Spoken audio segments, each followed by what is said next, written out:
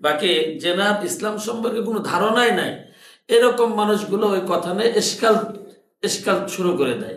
ওই কথাটা গ্রহণ করা বাদ দেয়, মানে আমার পক্ষে হইলো আমি কথাটা মেনে নিলাম, আমার বিপক্ষে গেলেই আমি কথাটা তখন আর মানতে চাচ্ছি না। কথা যখন আয়াতের কথা বললে তখন বলবে যে আয়াত আমরা যেমনি বললে আল্লাহ বুঝবেন, কিন্তু আল্লাহ কি ওইভাবে বোঝার জন্য আল্লাহ কোরআন দিয়েছেন? কোরআন শরীফ সহি শুদ্ধ আগে তেলাওয়াত শেখা। ওয়াজ নসিহতের দ্বারাই সমাজে যে পরিবর্তন হচ্ছে তা আমি একমত না, বরং ওয়াজ মাহফিলের দ্বারাই বিশেষ করে হাক্কানে পীর মাশায়েখগণ ইসলামের কথা প্রচার করছে। কওমি মাদ্রাসা এক্ষেত্রে মুখ্য ভূমিকা পালন করছে। কিন্তু বর্তমান যাদের দ্বারা কোরআন মাহফিল করানো হচ্ছে, আমরা এই জায়গা থেকে পিছিয়ে আছি। যাদেরকে দিয়ে বক্তব্য দেওয়ানো হচ্ছে তারা কেউই আলেম নয়। এর ফলেই দিন দিন মানুষের নীতি নৈতিকতা ক্রমান্বয়েই অবনতি হওয়ার কারণেই ধর্মীয় জাগ্রত হচ্ছে না। ফলে মানুষের মূল্যবোধের চরম অবনতি হচ্ছে। সুতরাং আমাদের উচিত হবে ভালো আলেম দিয়ে ওয়াজ নসিহত করা।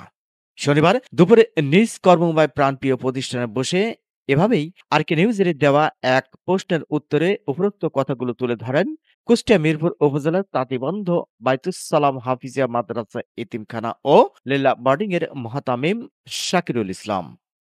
আমি একেবারে এই কথা বলবো না যে ওয়াজ মাহফিলের দ্বারা উপকার হচ্ছে না, এই কথা আমি একবারে এই কথার সাথে আমি একমত নয়। বাকি আমার কথা হচ্ছে যে দেশে ওয়াজ মাহফিলের দ্বারাই, কিন্তু বিশেষ করে আমাদের ভারত উপমহাদেশে এই ওয়াজ মাহফিলের দ্বারাই ইসলামকে বলা যায় যে টিকিয়ে রাখার জন্য একটা বড় অবদান আছে ওয়াজ মাহফিলের।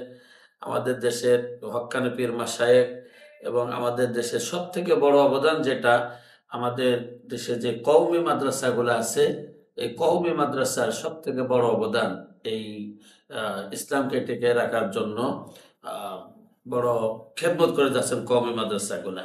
এখন বিষয় হচ্ছে যে ওয়াজ মাহফিলগুলা দ্বারা যেভাবে আমাদের হওয়া দরকার ছিল, আপনার প্রশ্ন এইভাবে হচ্ছে না। আসলে এইভাবে না হওয়ার অনেকগুলো কারণও আছে। কারণটা আমি আমার জায়গা থেকে যেটা মনে করি সেটা হচ্ছে যে ওয়াজ মাহফিলগুলা যাদের দ্বারা, যে সমস্ত ওলামা ইকরামদের দ্বারা করানো দরকার, এখনো আমরা এই জায়গা থেকে অনেক পিছাই আছে আমি মনে করি। হ্যাঁ, একটা হচ্ছে যে যখন আমাদের দেশের ওলামা ইকরাম যখন কোরআন হাদিসের কথা বলে, এই কথাগুলা আল্লাহ রসুল সাল্লাহ সাল্লাম যখন সাহাবা ইকরামদের সামনে যখন তিনি কোনো কথা বলেছেন, সাহাবা ইকরাম রাদিয়াল্লাহু তাআলা আনহুমা তেনারা এই কথাগুলা স্বতঃস্ফূর্তভাবে তেনারা এই কথাগুলা গ্রহণ করেছেন।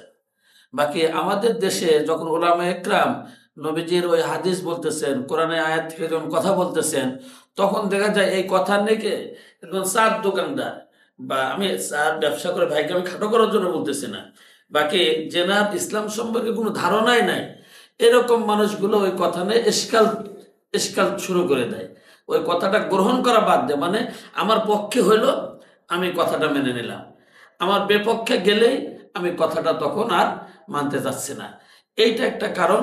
আরেকটা কারণ হচ্ছে যে সমস্ত ওলামা ইকরাম যাদেরকে আমরা বক্তব্য দেওয়ার জন্য নিয়ে আসি, এখানেও কিছু সমস্যা আছে আমাদের দেশে।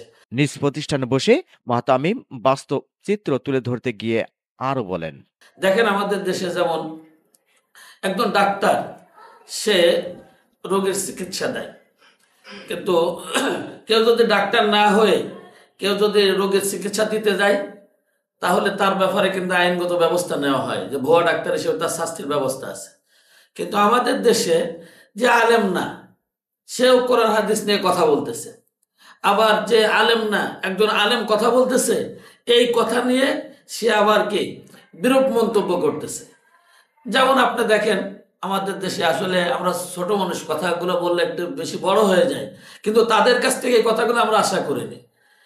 যেমন কিছুদিন আগে আমাদের দেশের প্রখ্যাত একজন আলেমে দ্বীন একটি কথা বললেন, তার কথার প্রতিবাদ করছেন কিনা এই আমাদের সাবেক একজন এমপি আমাদের দেশের হারুন সাহেব। হারুন সাহেব আপনার অনেক কোরআন হাদিস নিয়ে অনেক কথা বলে, অথচ উনি যে একটা আয়াত কি সহিভাবে তেলাওয়াত করতে পারবেন? অথচ কোরআন শিক্ষার কথা যখন আয়াতের কথা বললে তখন বলবে যে আয়াত আমরা যেমনি বললে আল্লাহ বুঝবেন, কিন্তু আল্লাহ কি ওইভাবে বোঝার জন্য আল্লাহ কোরআন দিয়েছেন? কোরআন শরীফ সহি শুদ্ধ আগে তেলাওয়াত শেখা, তারপরে ব্যাখ্যা বিশ্লেষণ করা। আমাদের দেশে পেলে থেকে শুরু করে, নুরানিতে পেলে থেকে নিয়ে শুরু করে ওই ইফতা পর্যন্ত আমাদের ছেলেরা পড়তেছে। প্রায় 30 বছর তার জিন্দিগি থেকে এই পড়াশোনা করার পরে একটা কথা বলতে গেলে তাও তাকে হিসাব করে বলতে তখন তার সামনে ভয় আসে। কিন্তু আমরা এত বড় একজন আলেমের কথা আমরা অনেক এই জাতীয় মানুষগুলা, এরপরে কি ওই যে এক সাবেক একজন এমপি ছিলেন, এক মহিলা এমপি মমতাজ ম্যাডাম, সিয়াসতের হাদিস ওনার মুখস্থ, সব হাদিস উনি পড়ে রাখেছে। উনি আমার বক্তব্যের ছেলের সামনে আসে, ওনাকে কলেমাটা পড়তে বলেন তো পড়তে পারে কিনা। এই যে এই সমস্ত মানুষগুলা যখন আপনার এই ইসলামের নাম নিয়ে যখন সামনে আসে, আর আমরা যখন ওনাদের কথাটাকে গ্রহণ করতে চাই, তখন ইসলাম কলুষিত হচ্ছে। হ্যাঁ, আসলে ইসলামের জায়গা থেকে যদি আমরা কাজ করতাম, আজকে আমার মনে হয় না যে এই সমস্যাগুলো আমাদের দেশে হতে পারে। Mohammad Rafiq, RK News 24।